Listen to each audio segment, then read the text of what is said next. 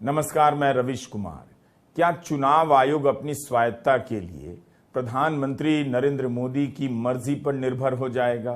क्या उन लोगों की आशंकाओं में आपको भी दम नजर आता है जो कह रहे हैं कि इसके बाद चुनाव आयोग की स्वायत्तता संदिग्ध हो जाएगी और यह संस्था भी अब समाप्ति की ओर अग्रसर हो जाएगी, ये भी मैनेज हो जाएगा? हम इस पर विस्तार से बात करेंगे, लेकिन पंजाब एंड हरियाणा हाईकोर्ट से जुड़ी एक खबर पर पहले नजर डाल लेते हैं। पंजाब और हरियाणा हाईकोर्ट के जस्टिस जीएस संधावालिया और जस्टिस हरप्रीत कौर जीवन ने नूंह में बुलडोजर चलाने पर रोक लगाते हुए पूछा था कि क्या वहां पर नस्ली संघार चल रहा है। अब खबर आई है कि दोनों जजों की बेंच को ही बदल दिया गया है। खबरें छपी हैं कि जस्टिस अरुण पल्ली और जस्टिस जगमोहन बंसल की बेंच मामले की सुनवाई करेगी। बेंच बदल दी जा रही है। 100 उदाहरण दे दिए जाएंगे कि ये सब आम प्रक्रियाएं हैं, होती रही हैं। लेकिन जिस तरह से नूंह में ज्यादातर एक समुदाय से संबंधित इमारतों को गिराया गया और उस समुदाय का नाम भी है मुसलमान, तभी तो जस्टिस संधावालिया और जस्टिस जीवन की बेंच ने पूछा होगा कि एथनिक क्लिंजिंग, नस्ली संघार तो नहीं हो रहा है। आप जनता का काम बहुत बढ़ता जा रहा है। अब आपको न्यायपालिका पर भी नजर रखनी है। अब आते हैं चुनाव आयोग के भविष्य के सवाल पर। केंद्र सरकार ने संसद के आखिरी दिनों में, इस सत्र के मॉनसून सत्र के आखिरी दिनों में एक विधेयक पेश किया। इतना महत्वपूर्ण विधेयक आखिर में पेश किया जाता है, इससे भी पता चलता है कि संस्थाओं का भविष्य अब कैसा होने जा रहा है। मुख्य चुनाव आयुक्त या चुनाव आयुक्तों की नियुक्ति जो कमेटी करेगी, उसमें भारत के मुख्य न्यायाधीश नहीं होंगे। कौन होगा? प्रधानमंत्री होंगे, उनके कैबिनेट मंत्री होंगे और नेता विपक्ष होंगे। अब दूसरा बड़ा सवाल है कि सीबीआई के निदेशक की नियुक्ति जो कमेटी करती है और लोकपाल की भी, उसमें चीफ जस्टिस या उनके द्वारा नियुक्त कोई जज हो सकते हैं। लेकिन मुख्य चुनाव आयुक्त या आयुक्त की नियुक्ति करने वाली कमेटी में चीफ जस्टिस नहीं होंगे। तो क्या इसके बाद सीबीआई के निदेशक को नियुक्त करने वाली कमेटी से भी चीफ जस्टिस को हटा दिया जाएगा? अगर मुख्य न्यायाधीश को निर्वाचन से जुड़ी प्रक्रिया में इसलिए नहीं रखा जा रहा है क्योंकि वे चुनाव की प्रक्रिया से नहीं गुजरते हैं, तब फिर इसके उलट भी एक तर्क है। नई कमेटी में तीनों व्यक्ति वही नजर आते हैं जो सीधे सीधे चुनाव लड़ते हैं, प्रधानमंत्री, कैबिनेट मंत्री और नेता विपक्ष। इनमें से हो सकता है कोई पहली बार जीत कर आया हो और पहली बार नेता विपक्ष बना हो और कैबिनेट मंत्री बना हो। तो चुनाव लड़ने वाले ही मिलकर चुनेंगे कि चुनाव आयुक्त और मुख्य चुनाव आयुक्त कौन होगा। क्या वे निष्पक्ष होकर चुनाव आयुक्त की नियुक्ति कर पाएंगे? अगर इसका जवाब भी यही है कि कांग्रेस के समय में ऐसा ही होता था, तो फिर मोदी सरकार ने नया क्या किया है, उससे बेहतर क्या बनाया है? ठीक है कि कोर्ट ने अपने आदेश में लिखा था कि नई व्यवस्था बन जाने तक चीफ जस्टिस होंगे उस कमेटी में, लेकिन यह कौन सी व्यवस्था बन रही है कि सीबीआई के चीफ की नियुक्ति में चीफ जस्टिस हो सकते हैं? मुख्य चुनाव आयुक्त की नियुक्ति से उन्हें बाहर कर दिया जाएगा। यही है नई व्यवस्था। और सरकार को कैबिनेट मंत्री ही मिला इस कमेटी में रखने के लिए। अब आप बताइए, प्रधानमंत्री के सामने कैबिनेट मंत्री क्या अलग राय रख पाएंगे या वहीं पर जाकर साइन करेंगे जहां पर प्रधानमंत्री करेंगे? तो फिर प्रधानमंत्री के रहते हुए कैबिनेट मंत्री को लाने की जरूरत क्या है? एक कप चाय और 4 नमकीन बिस्किट भी बच जाएगा। 2 सदस्य एक ही सरकार के होंगे, क्या यह उचित होगा? इसलिए लोगों के मन में यह आशंका है कि कहीं चुनाव आयोग का टाइम तो पूरा नहीं हो गया। अब इससे जुड़ी कुछ पुरानी खबरें भी आपके सामने पेश कर देता हूं। 1990 के दशक में कानून मंत्री गोस्वामी की कमेटी ने अपनी रिपोर्ट में कहा था कि मुख्य चुनाव आयुक्त और सभी आयुक्तों की नियुक्ति में चीफ जस्टिस को होना चाहिए। चुनाव आयोग की नियुक्ति नेता विपक्ष और चीफ जस्टिस से सलाह मशवरा कर राष्ट्रपति को करनी चाहिए। 2015 में लॉ कमीशन ने लिखा कि चुनाव आयोग को स्वायत्त बनाए रखने के लिए जरूरी है कि इसके पदों पर नियुक्ति में कार्यपालिका की कोई भूमिका ना हो। गोस्वामी कमेटी ने प्रधानमंत्री को नहीं रखा था, मगर लॉ कमीशन ने प्रधानमंत्री को रखने का सुझाव दिया। अगर चुनाव आयोग के पदों पर नियुक्ति पारदर्शी तरीके से नहीं होगी तो फिर कहां होगी, तब फिर क्या बच जाएगा। इस मामले में इस सरकार का रिकॉर्ड बहुत अच्छा नहीं है। सुप्रीम कोर्ट ने ही इस खेल को पकड़ लिया था जब बिजली की गति से चुनाव आयुक्त के पद पर अरुण गोयल की नियुक्ति कर दी गई थी। चुनाव आयुक्त अरुण गोयल की नियुक्ति का मामला संविधान पीठ के सामने पहुंच गया। इसी 2 मार्च को justice K M. Joseph, justice Ajay Rastogi, justice C T. Ravi Kumar, justice Aniruddha Bose, justice Hrishikesh Roy की संविधान पीठ चुनाव आयुक्त की नियुक्ति को लेकर फैसला सुनाती है। हम अपने वीडियो का ये पुराना हिस्सा आपको फिर से सुनाना चाहते हैं। अरुण गोयल पंजाब काडर के आईएएस अधिकारी अपनी मर्जी से सेवानिवृत्त होते हैं, स्वैच्छिक सेवानिवृत्ति लेते हैं, वीआरएस लेते हैं और उसी समय चुनाव आयुक्त के पद पर नियुक्त कर दिए जाते हैं। कोर्ट को शक हो गया कि 24 घंटे में कैसे किसी को चुनाव आयुक्त जैसे पद पर तैनात कर दिया जाता है। लिहाजा कोर्ट ने सरकार से कहा कि नियुक्ति की प्रक्रिया की फाइल पेश की जाए। यही नहीं, जब यह मामला कोर्ट में सुना जा रहा था उसके बीच में ही प्रधानमंत्री अरुण गोयल के नाम की सिफारिश कर देते हैं। जस्टिस अजय रस्तोगी ने पूछा कि 24 घंटे में नियुक्ति भी हो गई, इतनी तेजी से कैसे सारे पहलुओं की पड़ताल कर ली गई। किस आधार पर कानून मंत्री ने 40 में से 4 नामों को शॉर्टलिस्ट किया। कोर्ट ने कहा कि नियुक्ति की प्रक्रिया पर सरकार के जवाब से कोर्ट संतुष्ट नहीं है। जस्टिस बोस ने भी कहा कि इतनी रफ्तार से अरुण गोयल की नियुक्ति संदेह पैदा करती है। जस्टिस रस्तोगी कहते हैं कि उसी दिन प्रक्रिया शुरू होती है, उसी दिन आवेदन होता है, उसी दिन नियुक्ति हो जाती है। कोर्ट ने पूछा कि चुनाव आयुक्त नियुक्त करने की प्रक्रिया क्या है।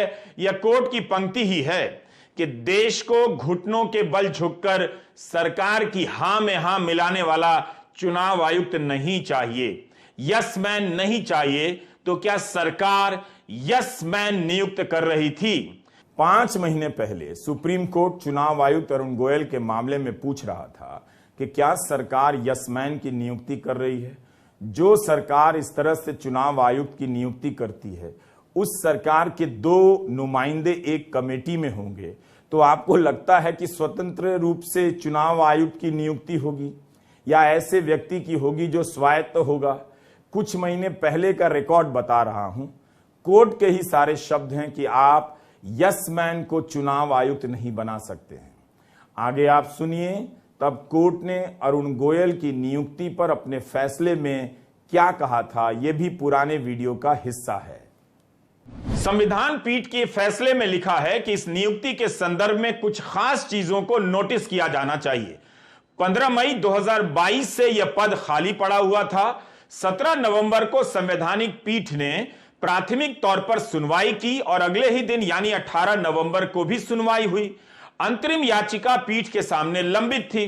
तभी संबंधित अफसर की सिफारिश को कानून मंत्रालय आगे बढ़ाता है।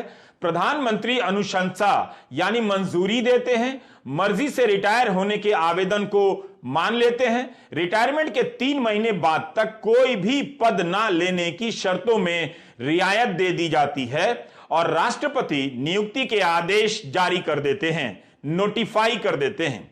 यह सब एक दिन में किया जाता है। इसमें कोई शक नहीं कि ऐसी नियुक्तियों पर रोक के अंतरिम आदेश नहीं थे, लेकिन उसी समय एक याचिका कोर्ट के सामने थी जिसमें मांग की गई थी कि खाली पदों को स्वतंत्र इकाई के जरिए भरा जाना चाहिए।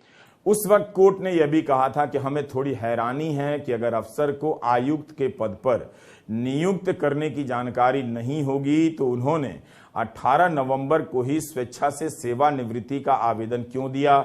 उस समय जस्टिस सी.टी. रवि कुमार ने सरकार से पूछा कि हमेशा किसी नौकरशाह को ही चुनाव आयुक्त क्यों बनाया जाता है।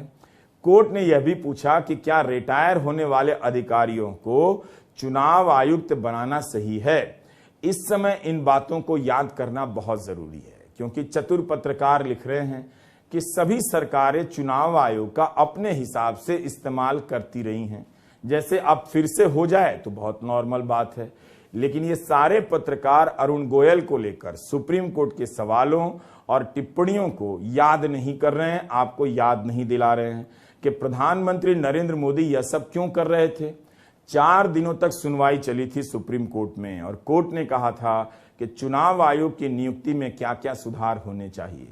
तब जाकर कोर्ट ने ये आदेश दिया था कि चुनाव आयुक्तों की नियुक्ति भारत के राष्ट्रपति द्वारा प्रधानमंत्री और लोकसभा में विपक्ष के नेता या सबसे बड़े विपक्षी दल के नेता और भारत के मुख्य न्यायाधीश की एक समिति की सलाह पर की जाएगी। अब सरकार कानून बनाने जा रही है। चीफ जस्टिस को इस प्रक्रिया से हटा दिया गया है।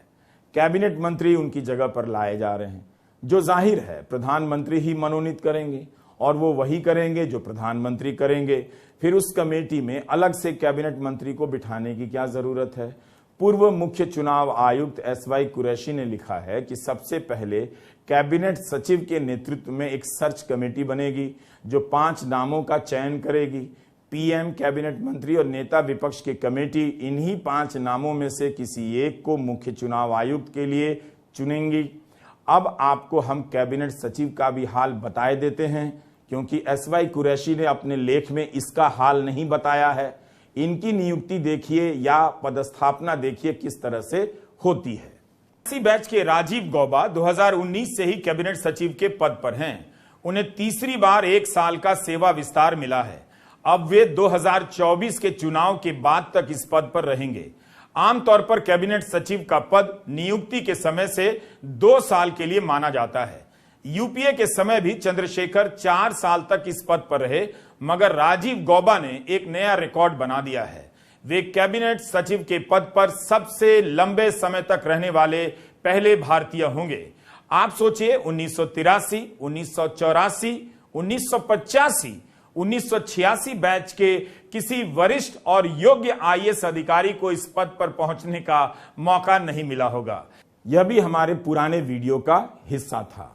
अब जब कैबिनेट सचिव की नियुक्ति इस तरह से होगी तो फिर बताइए कि इनकी सर्च कमेटी में 5 नाम किस तरह से लाए जाएंगे। होना तो नहीं चाहिए, मगर व्यवस्थाएं अब इतनी ध्वस्त हो गई हैं कि किसी अफसर की स्वायत्तता नजर नहीं आती है, इतनी जल्दी विश्वास नहीं होता है। सचिव के पदों पर जब यस मैन ही होंगे तो जो भी उनमें से चुना जाएगा चुनाव आयुक्त के लिए या मुख्य चुनाव आयुक्त के लिए, वो यस मैन ही होगा। केंद्र सरकार की नई व्यवस्था से सुप्रीम कोर्ट के सवालों के जवाब नहीं मिलते हैं। सबसे बड़ा सवाल यही है। आपने खुद देखा कि कैबिनेट सचिव का उदाहरण किस तरह से दिया गया, उनकी सेवा किस तरह से बढ़ाई जा रही है। चुनाव आयुक्त अरुण गोयल की नियुक्ति को लेकर सुप्रीम कोर्ट ने क्या क्या कहा है, देखा ना। यह 25 मई 2021 की ट्रिब्यून की खबर है। सुप्रीम कोर्ट के तत्कालीन चीफ जस्टिस NV रमन्ना ने कोर्ट का ही एक पुराना आदेश निकाल कर दिखा दिया कि जिन अफसरों के रिटायर होने में 6 महीने बचे हैं उन्हें CBI के निदेशक के पद पर नहीं नियुक्त किया जा सकता है। ट्रिब्यून अखबार ने सूत्रों के हवाले से यह लिखा था कि उस समय NIA के चीफ YC मोदी और BSF के महानिदेशक राकेश अस्थाना का नाम चल रहा था। इन दोनों की CBI के निदेशक पद पर नियुक्ति नहीं हो सकी। तब निदेशक की नियुक्ति करने वाली कमेटी में विपक्ष के नेता अधीर रंजन चौधरी चीफ जस्टिस की तरफ हो गए थे। यह भी सूत्रों के हवाले से ट्रिब्यून ने लिखा है। अगर आप मोदी सरकार के दौर में चोटी के पदों पर नियुक्ति का हाल देखेंगे, उनकी सेवाओं के विस्तार का हाल देखेंगे, तो एक ही जवाब मिलेगा कि पहले से ही होता रहा है, तो अब यह गलत नहीं है। इसका जवाब नहीं मिलेगा कि जो हो रहा है और वो कोर्ट की नजर में ही गलत है, तब फिर क्यों होता जा रहा है। इस आधार पर पारदर्शिता की उम्मीद तो आप बिल्कुल ना करें। 11 जुलाई को सुप्रीम कोर्ट ने प्रवर्तन निदेशालय ED के डायरेक्टर संजय कुमार मिश्रा के कार्यकाल बढ़ाने को गैर कानूनी कहा था। गैर कानूनी। उनका तीसरी बार कार्यकाल बढ़ाया गया था, मगर केंद्र सरकार सुप्रीम कोर्ट फिर से पहुंच गई कि कम से कम 15 अक्टूबर तक इस पद पर बने रहने दीजिए। सुप्रीम कोर्ट ने कहा 15 अक्टूबर नहीं, 15 सितंबर की आधी रात से वे इस पद पर नहीं रहेंगे। तो अब आप बताइए कि कोई तो उदाहरण होना चाहिए जिससे उम्मीद हो कि चुनाव आयोग की स्वायत्तता की चिंता में नई कमेटी का ढांचा बन रहा है, वो काफी बेहतर है। अपने खास को इन पदों पर बिठाने की चिंता में नई कमेटी नहीं बनाई जा रही है। यही सब वजह है कि विपक्ष के नेता से लेकर तमाम लोग सवाल उठा रहे हैं कि कहीं ऐसा तो नहीं कि अब चुनाव आयोग भी कहने भर को स्वतंत्र और स्वायत्त रह जाएगा। देश में जो हो रहा है उसे ठीक से देखिए। जब चुनाव आयोग का भविष्य नहीं रहेगा या संस्था कमजोर कर दी जाएगी तो चुनाव का ही क्या भविष्य रह जाएगा। नमस्कार, मैं रवीश कुमार।